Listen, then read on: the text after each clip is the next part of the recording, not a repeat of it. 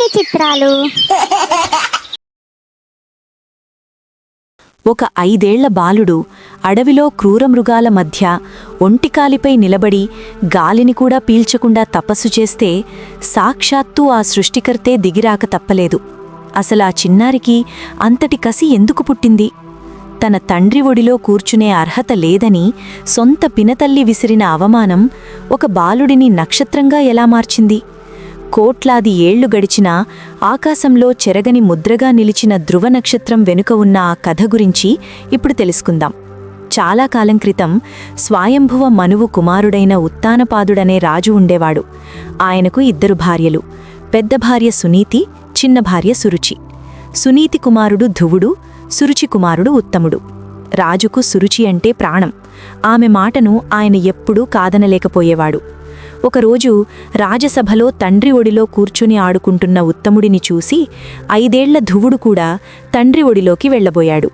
అప్పుడు సురుచి గర్వంతో ధ్రువుడిని పక్కకు నెట్టి, ఓయ్ బాలుడా, ఈ సింహాసనం ఎక్కాలన్నా నీ తండ్రి ఒడిలో కూర్చోవాలన్నా నీకు అర్హత లేదు. నువ్వు నా కడుపున పుట్టలేదు. అడవులకు వెళ్ళి ఆ నారాయణుడిని ప్రార్థించి నా గర్భాన పుట్టే వరం పొంది అప్పుడు రా అంటూ క్రూరంగా అవమానించింది. తండ్రివైపు చూస్తే ఆయన సురుచికి భయపడి మౌనంగా ఉండిపోయాడు. చిన్నారి ధ్రువుడు ఏడుస్తూ తల్లి సునీతి దగ్గరకు వెళ్లాడు. జరిగినదంతా విన్న సునీతి కొడుకును ఓదారుస్తూ, నాయనా, ఆమె మాటలు కఠినంగా ఉన్నా అందులో ఒక సత్యముంది.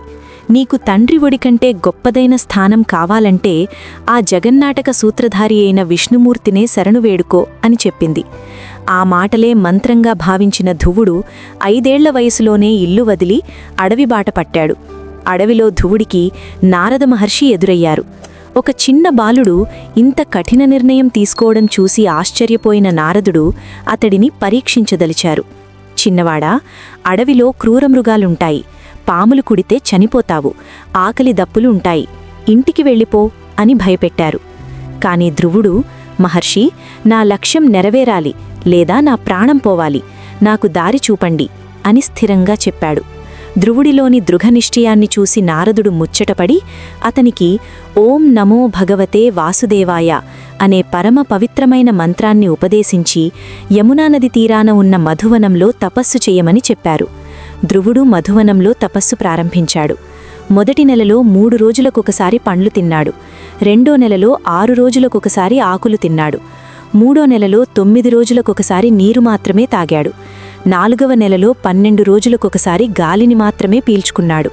ఇక 5వ నెల వచ్చేసరికి గాలిని కూడా బిగబట్టి తన ప్రాణవాయువును బ్రహ్మరంధ్రంలో నిలిపి ఏకాగ్రతతో విష్ణువును స్మరించాడు. ధ్రువుడి తపస్సు ఎంతటి తీవ్రతకు చేరుకుందంటే అతని ప్రాణవాయువు నిరోధించడంతో విశ్వంలోని సమస్త జీవులకు ఊపిరి ఆడటం ఆగిపోయింది. దేవతలు భయపడి విష్ణుమూర్తిని శరణువేడారు. భక్తపరాధీనుడైన శ్రీమహావిష్ణువు గరుడవాహనంపై ధ్రువుడి ముందు ప్రత్యక్షమయ్యాడు. స్వామి రాకను గమనించిన ధ్రువుడు పారవస్యంలో మునిగిపోయాడు. అంత గొప్ప దేవుణ్ణి ఎలా స్తుతించాలో తెలియక మౌనంగా నిలబడ్డాడు. అప్పుడు విష్ణువు తన శంఖంతో ధ్రువుడి చెంపను తాకగా అతనికి దివ్యజ్ఞానం కలిగి అద్భుతమైన స్తోత్రాలతో స్వామిని కొనియాడాడు. విష్ణువు చిరునవ్వుతో, ధ్రువ, నీ కోరిక నాకు తెలుసు.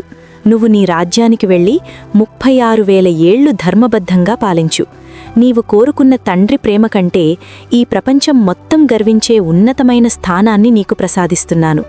ప్రళయకాలంలో కూడా చెరగని ధ్రువనక్షత్రంగా నీవు శాశ్వతంగా నిలిచిపోతావు.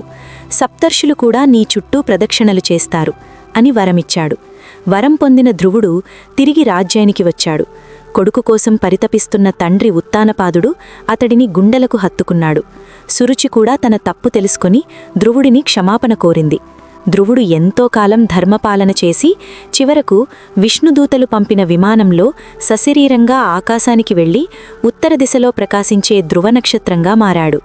నేటికీ మనం ఆకాశంలో చూసే ఆ నక్షత్రం 5 ఏళ్ల బాలుడి అచంచలమైన పట్టుదలకు, భక్తికి సజీవ సాక్ష్యం. చూశారుగా, ఒక 5 ఏళ్ల బాలుడు తన పట్టుదలతో మృత్యువును కూడా జయించి ఆకాశంలో దిక్సూచిగా ఎలా మారాడో.